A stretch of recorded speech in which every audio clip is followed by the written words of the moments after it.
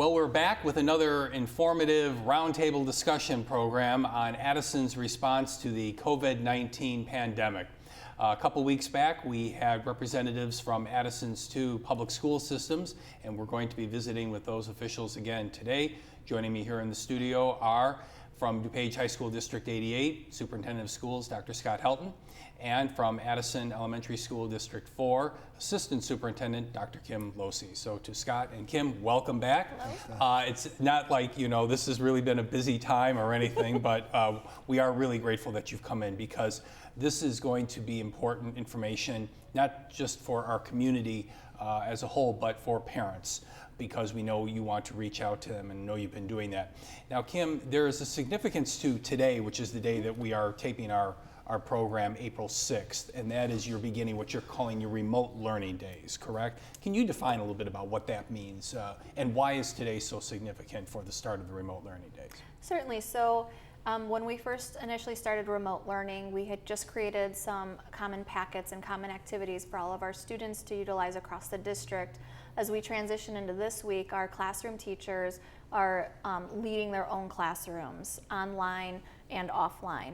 So what we've done today is parents should have received an email from their classroom teacher or their Indian Trail team leader that includes information about how to communicate with the teachers and also an assignment template how to access the assignment template that they will be utilizing for their assignments on a daily basis. What is the basic form of communication? Is it email? Are they using a virtual setting? How does that work? So our teachers utilize email, Seesaw and Google Classroom. Depending on the classroom and the age level, it may look different, and that's why we ask teachers to communicate directly with parents as to how that communication would take place, because it may look different from classroom to classroom or age level to age level. Now, parents are once again put in the position of being teachers, which they always are, let's face it. We always know that they always will be. They're the teachers for their students and their children, of course.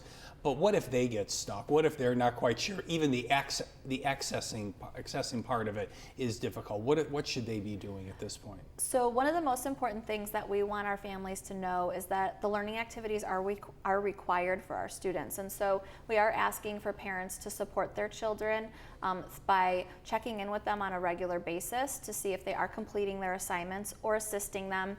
If parents do get stuck or need some help, we've seen parents reach out for help on Facebook, on the family group, and they can also reach out to their classroom teachers through whatever communication method that teacher is utilizing. So it may be through Seesaw, it may be through email, depending on the classroom. In fact, the teachers even have what they're calling office hours, right? So you could contact them if need be. Yes, so our teachers will be available for office hours Monday through Friday between 9 and 11, and then again at 12 to 1:30 each day.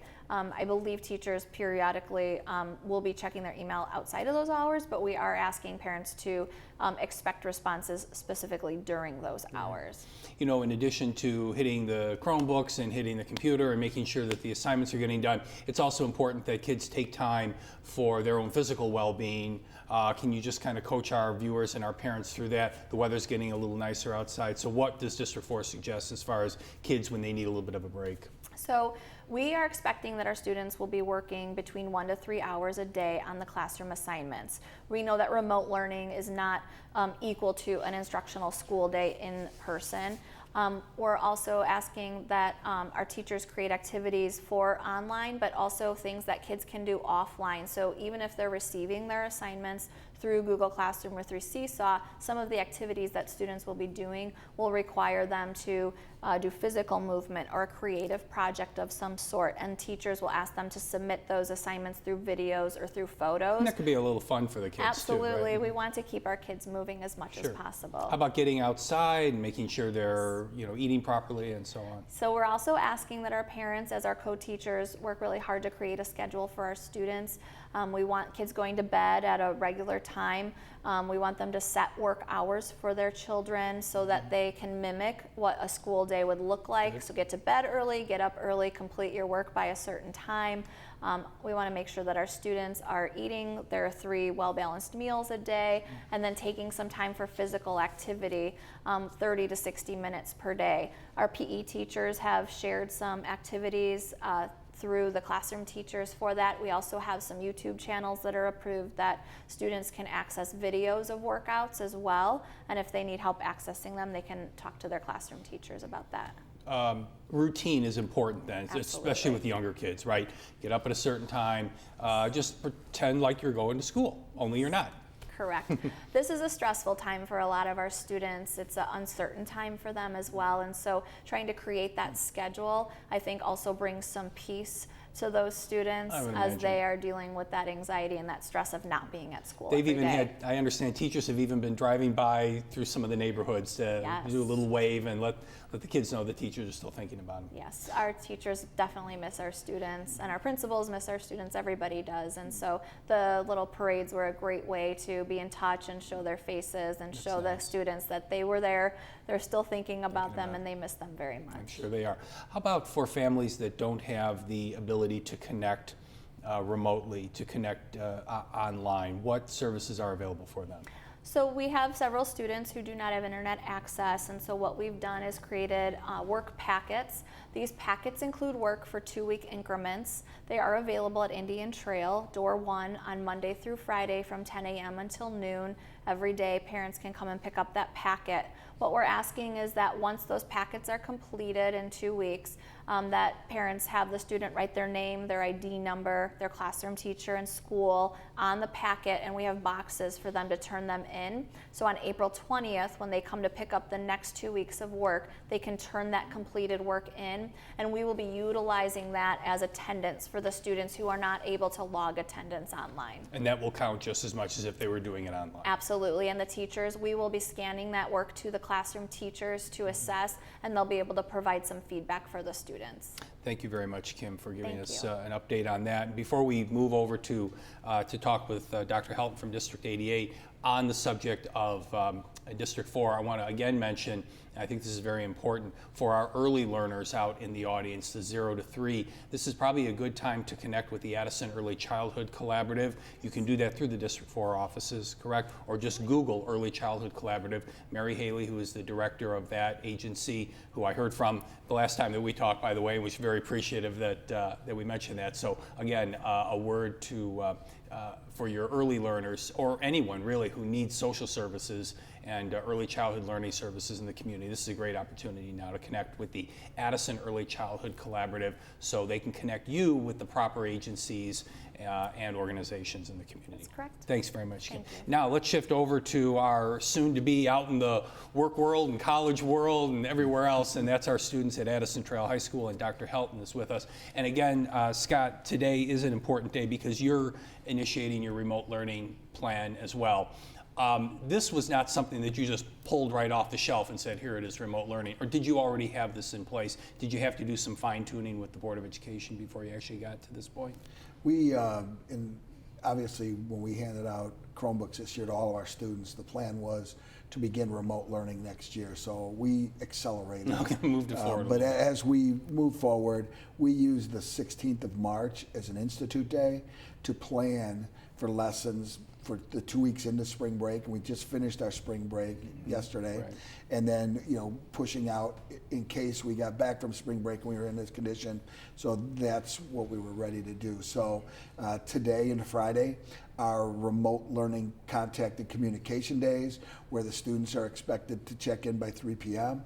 Teachers will either text them through our Remind system or they will communicate via email just to see how the students are doing, to check in. Tuesday, Wednesday, and Thursday, our teachers will be pushing out remote learning activities by 8:30 every morning, and our expectations are between 7:45 and 3 p.m. to have e-learning working. Not that the students are expected to be on the clock for those hours, but that during that time, it's expected for them to engage with our instructors.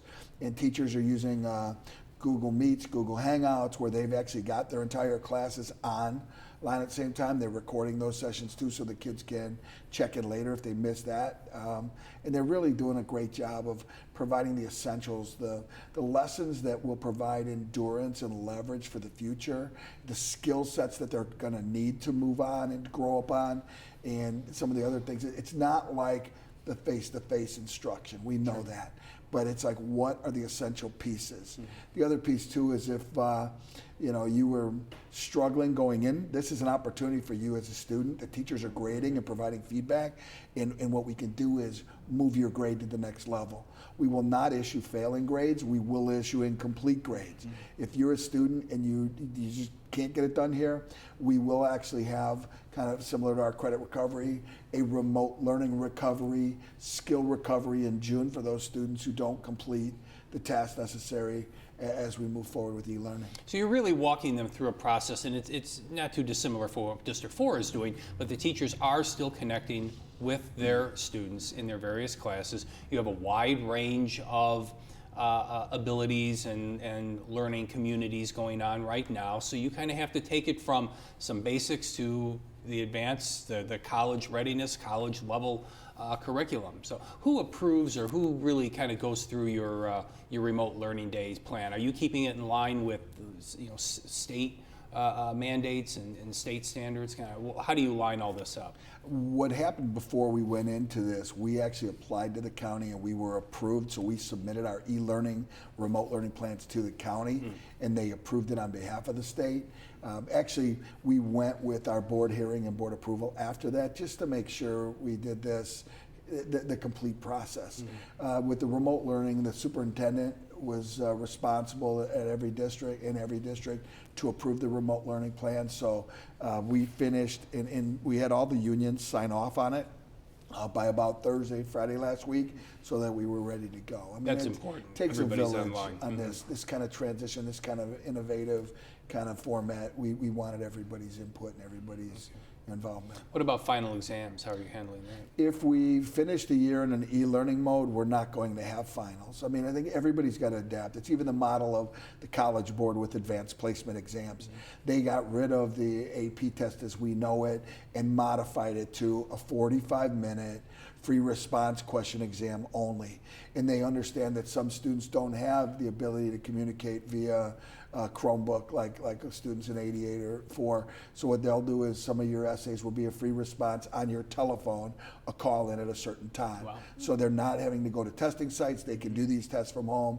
And I think the colleges demonstrated flexibility with the College Board, and then the College Board demonstrated flexibility with us. It was great because they called us and asked for our input. Actually today we've met with the AP teachers at Willowbrook, and this afternoon the AP teachers at Addison Trail, just to get their feedback on what they're doing, because also everybody in our district uses the Google Classroom format. If you're an AP teacher, you connect your students to AP help sessions online through Google Classroom, and AP pushes out lessons daily for our AP students. So people from around the country are jumping in and providing their best lessons for all of our students. As I said the last time that we got together to talk, it will be fascinating to hear what comes as a result of this. If anything is extended beyond the things that both of you two have talked about today and your colleagues in your sister school districts, what will come of it? So as you do your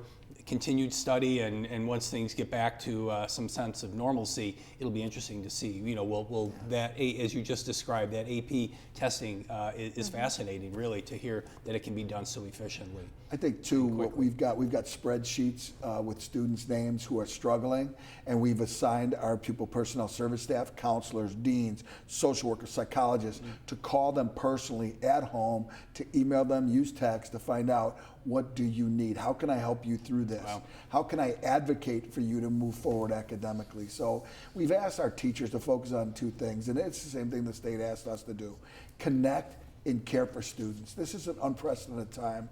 We don't have all the answers, but I think if we work in partnership with one another and collectively, we can get things done for all students. Dr. Helton, Dr. Losey, thank you very much. Anything else that we need to recap on? If people have questions, if they are stuck, they should contact... Well, our website, and especially as we move forward, food distribution, we'll be distributing food starting tomorrow, Tuesday the 7th. We will move, in 5-day segments where we're giving you bulk food for 5 days, so you don't have to come out as much.